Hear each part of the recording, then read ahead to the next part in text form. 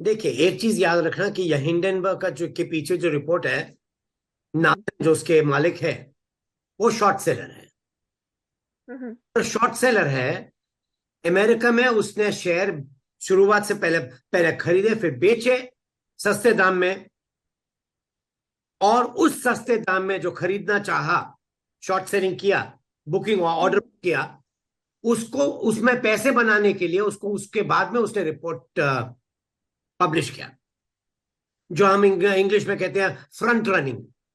आप पहले अपना सौदा कर लो, उसके बाद में रिपोर्ट निकालो कि आपका फायदा बहुत हो। तो उसने रिपोर्ट निकाली। अब रिपोर्ट में जो कुछ भी लिखा है थोड़ा डैमेज हो गया है, पर उसमें पूरी सच्चाई नहीं है। पहली जी। बात, गौतम अडानी इतना डेट नहीं लिए जितना उन्होंने दिखाया है। 3 साल पहले उनका डेट 7 गुना था इक्विटी का। Debt as was 3 times more than owned funds, equity plus reserves. अभी उसका जो डेट है वो 3 गुना है, 7 गुना नहीं है। इन अदर वर्ड्स, जी। वो बाकी जो डेट था उसको रीपे कर चुके हैं, क्योंकि उसके कैश फ्लोज काफी स्ट्रांग है। जब आपके कैश फ्लोज आपके इंटरेस्ट पेमेंट से ऊंचे हैं तो रिस्क नहीं है। और गौतम अडानी के कैश फ्लोज इंटरेस्ट पेमेंट से ऊंचे ही है। इतना डेट नहीं लिए जितना उन्होंने दिखाया है। 3 साल पहले उनका डेट 7 गुना था इक्विटी का। Debt as was 3 times more than owned funds, equity plus reserves. अभी उसका जो डेट है वो 3 गुना है, 7 गुना नहीं है। इन अदर वर्ड्स, जी। वो बाकी जो डेट था उसको रीपे कर चुके हैं, क्योंकि उसके कैश फ्लोज काफी स्ट्रांग है। जब आपके कैश फ्लोज आपके इंटरेस्ट पेमेंट से ऊंचे हैं तो रिस्क नहीं है। और गौतम अडानी के कैश फ्लोज इंटरेस्ट पेमेंट से ऊंचे ही है। देखिए, एक चीज याद रखिए कि शेल कंपनीज जो प्रमोटर है, अगर वो इंडिया से फंड लेगा तो इंडिया कंपनीज रहेगी, अगर विदेश से फंड लेगा तो विदेश कंपनीज होगी। टैक्स पर्पज के लिए कई बार वो टैक्स हेवंस में जाते हैं, उधर रजिस्टर होते हैं कि उसके बाद टैक्स का भार नहीं पड़े। अब आप उसे जी। कंपनीज बुलाइए, इन्वेस्टमेंट कंपनीज बुलाइए, टैक्स फ्री हेवंस में कंपनीज बुलाइए, वो प्रमोटर्स की इच्छा है बाहर जो करे उसका आधा कैश तो बाहर से बनता है। सबसे बड़े कोल खान जो है उसके पास ऑस्ट्रेलिया में, वो दुनिया में सबसे बड़ी कोल खान है। 10.5 बिलियन टन की रिजर्व्स है। कोई भी जी। दुनिया में ऐसा खान नहीं है जिसके पास इतना रिजर्व्स हो जितना गौतम अडानी के पास है। अब गौतम अडानी के पास खान है, गौतम अडानी के पास रेलवे लाइन है, उसके पास पोर्ट है, जो भी शिप्स है वो कंट्रोल करता है टाइम चार्टर पर। जब शिप्स तुम्हारे है, खान तुम्हारा है, रेलवे तुम्हारा है, और ये क्या क्या पोर्ट तुम्हारा है, तो आपके कॉस्ट सेलिंग में जो आपका सेलिंग कॉस्ट है वो सबसे नीचे रहेगा। आज वो कोल सप्लाई कर रहा है लैटिन अमेरिका को, अफ्रीका को। इंडिया जो है वो बहुत छोटा भाग है उसके एक्सपोर्ट्स में, हम्म। ऑस्ट्रेलिया से एक्सपोर्ट करता है। और जो प्राइस इंडिया को मिलता है उस कोयले के लिए, कोई भी उसको मैच नहीं कर सकता है। उसके कैश फ्लोज बहुत मजबूत है विदेश में। इंडिया में उसके बिजनेसेस कम है, इतना कैश फ्लो जितना बाहर है, तो इसीलिए उसने बाहर से ज्यादा लोन लिया है कि बाहर का लोन वो पूरा कर सके, भर सके। उसमें क्या खराबी है? जब इंडस्ट्रियलिस्ट कुछ काम चालू करता है, उसके हम्म। कंपेटिटर्स हो नहीं वाले। राइट। पर कभी कभी ऐसा बिजनेस आप चालू करते हो जहां आप इंडिस्पेंसिबल हो जाते हो, आपको निकाला नहीं जा सकता है। ये सबक मैंने सीखा था 1990s में, जब मैं अनिल अंबानी से मिला था।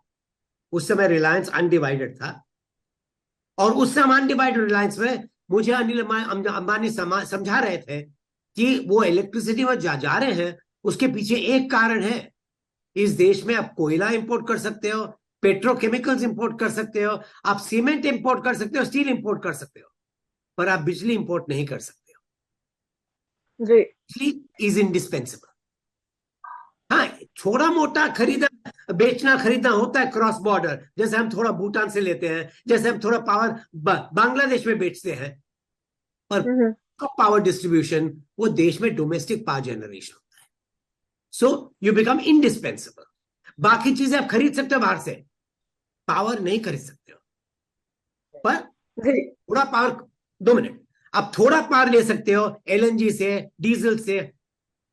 पर गौतम अडानी उससे आगे बढ़े हैं। उन्होंने पोर्ट स्थापित किया इंडिया में, उसके 12 पोर्ट्स हैं, अभी 2 और पोर्ट बन रहे हैं वहां, कहां, बंगाल में, ताजपुर और हल्दिया में। उसके हम्म, 6 पोर्ट्स हैं। जब इंडिया में पोर्ट्स हैं, ports are indispensable to India. क्यों?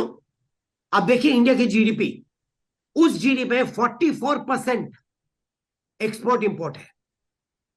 अगर आप खाली प्रोडक्ट्स देखें तो 30% of India GDP is product export import. उसके लिए पोर्ट्स की जरूरत है। अगर पोर्ट्स नहीं रहते थे, इंडिया का जीडीपी 30% कम हो जाता। अब उस इंडिस्पेंसिबिलिटी में कितना वैल्यूएशन देंगे, आपकी मर्जी। देखिए अगर आज मैं जंगल में जाऊं और वहां कोई खरीदार नहीं है जमीन की, और मैं बोलता मैं जमीन खरीदना चाहता हूं, सरकार बोलेगा ठीक है, अभी यहाँ कोई खरीदार नहीं है, आप 1 रुपए में ले लो। मैं ले लूं और कल उधर रेलवे लाइन बना दूं, तो भाव में बढ़ेगा ना जमीन का। उस समय वो जी। थी, न रेलवे लाइन थी, न रोड्स थे, न पोर्ट था। वो जमीन की वैल्यू कुछ भी नहीं थी। कोई लेने के लिए तैयार नहीं था, कि कोई, किसी को मालूम नहीं था इसमें कुछ वैल्यू होगा। गौतम अडानी वो जमीन खरीदी, उधर फिर पहले रोड्स डाला, फिर रेलवे लाइन डाला, फिर एयरपोर्ट डाला, और फिर वहां पोर्ट बनाया। वैल्यू तो बढ़ने ही वाली है। देखिए एक चीज याद, एक चीज देखिए, उन्होंने अपना एफपीओ सक्सेसफुल कर दिया। जब पैसे आए उसने देखा मार्केट में प्राइसेस गिर रहे हैं। अब 3 हम्म, शेयर में इन्वेस्टर्स ने पैसे एफपीओ में डाला, और मार्केट प्राइस है 2000। इन्वेस्टर्स को लगता था कि उन्होंने मिस्टेक किया है, और गौतम अडानी ने सोचा कि इतना मिस्टेक करने से इन्वेस्टर्स को भार नहीं पड़ना चाहिए। मैं एफपीओ कैंसिल कर लूंगा, उनका पैसा वापस लौटा दूंगा। कैसे पैसे वापस लाना मेरी मेरी वो मैं करूंगा। देखो एक चीज, जो भी इंडस्ट्रियलिस्ट हो तो अपना फेस बनाना चाहता है। अगर अडानी करता है तो उसमें क्या गलती है। दूसरी चीज ये है कि जब उन्होंने सोचा शुरुआत में ही कि मैं हम्म, पब्लिक में नहीं जाऊंगा जब तक उसमें प्रॉफिट्स नहीं आए, वो भी फेस सेविंग है, वो भी फेस इमेज बनाने के लिए है, और उससे उसको ज्यादा वैल्यूएशन मिलता है। अभी कल वो पब्लिक इश्यू में आएगा, इन्वेस्टर्स को मालूम है कि अगर कुछ घाटा हुआ, अडानी पैसे लौटा देगा। देखिए सबसे पहले जो पहला पहला बिजनेस उन्होंने चालू किया एक्सपोर्ट इंपोर्ट का, उससे बाद कांग्रेस राज्य करती थी। He was the largest trader in REP licenses, replenishment export permit licenses. He was a large hmm, trader in rupee ruble trade. उससे भी तो बीजेपी नहीं थी। जब उनको जी। बिजनेस चालू करना पड़ा, तब भी कांग्रेस सरकार थी उस समय। कांग्रेस सरकार ने बोला अच्छा पोर्ट चालू कर लो। कांग्रेस सरकार ने बोला आपको जमीन खरीदने ले लो। नीतीश कुमार ने रेलवे लाइन का परमिशन दिया, connecting the railway grid to the port. उससे देश में नई पॉलिसी आ गई कि पोर्ट के साथ संबंधित जिसको भी रेलवे लाइन बनाना है, प्राइवेट सेक्टर बना सकता है railway line to connect to the main grid. मेरा जब सवाल विलमार मेरा। चालू किया उस समय भी कांग्रेस सरकार थी। अगर मोदी उधर के मुख्यमंत्री बने 15 साल के लिए, आप गुजरात में सबसे बड़े बिजनेसमैन हो, तो दोस्ती निभानी पड़ेगी ना। एक चीज याद रखिए, अडानी ऐसा आदमी है, जो भी पॉलिटिकल एफिलिएशन है, मैं आपसे दोस्ती रखूंगा। नहीं तो ममता बनर्जी बीजेपी की दो मित्र नहीं है। ममता बनर्जी उन्हें 2 पोर्ट दे दी, केरला गार्ड में 1 पोर्ट दे दिया, राजस्थान में गहलोत ने उनके साथ खान डेवलपमेंट का बिजनेस चालू किया है। जहां भी जी। जो भी पार्टी के अलावा अगर बिजनेस अपॉर्चुनिटी है, गौतम अडानी गोस द पॉलिटिशियन, कन्विंसेस हिम कि मैं आपको मदद कर सकता।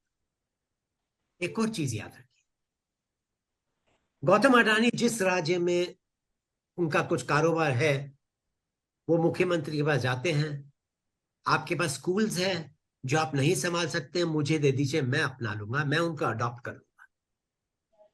वो स्कूल सरकारी स्कूल रहती है, इन्वेस्टमेंट गौतम अडानी करता है, फीस नहीं बढ़ती है, टीचर्स को ज्यादा सैलरी नहीं देते हैं।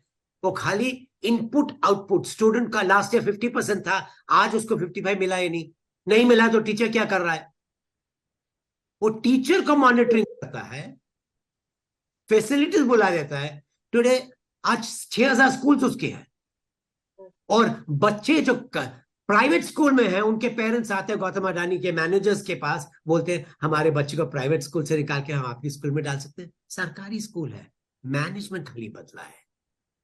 अब वही गौतम अडानी अपने समाज में रेलेवेंट होने के लिए ये करते हैं।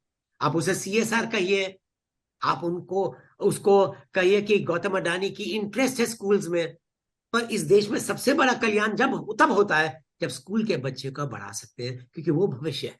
ये देखिए, अगर अडानी सक्सेसफुल है, उसके पीछे 3 कारण है। एक तो उसका दिमाग बहुत तेज है, आपका दिमाग तेज होना चाहिए। गणित में उसका दिमाग ऐसा चलता है, लोगों को 1 हफ्ता लगता है DCF tables, discounted cash flow table बनाने के लिए, एक प्रोजेक्ट के लिए। वो सीधा मैनेजर को बोलता है आप DCF टेबल्स करो, मुझे लगता है ये नंबर आएगा बाद में, पर आप चेक करो। उसका दिमाग से पहले नंबर आ गया है, उसके करीब ही होगा, उतना तेज उसका दिमाग है। अब तेज दिमाग अगर बच्चे के पास नहीं है तो धंधा करना मुश्किल है। दूसरी चीज, वो हमेशा सोचता है कि जो कुछ भी करूंगा, अगर मेरे बिजनेस सरकार के ऑब्जेक्टिव्स के साथ साथ जाएगी तो मेरी तरक्की और भी ज्यादा रहेगी। तीसरी चीज, रिश्तों को संभालना। कई बिजनेसमैन हैं जो रिश्ते बनाते हैं, और जब काम पूरा होता है, जाइए प्लीज, वो रिश्ते अधिकतर सबसे ज्यादा जो प्रोजेक्ट्स अडानी के हैं वो 50-50 पार्टनरशिप है। 51-49 नहीं, 76-24 नहीं, 50-50 बिजनेस पार्टनरशिप संभालना बहुत मुश्किल है।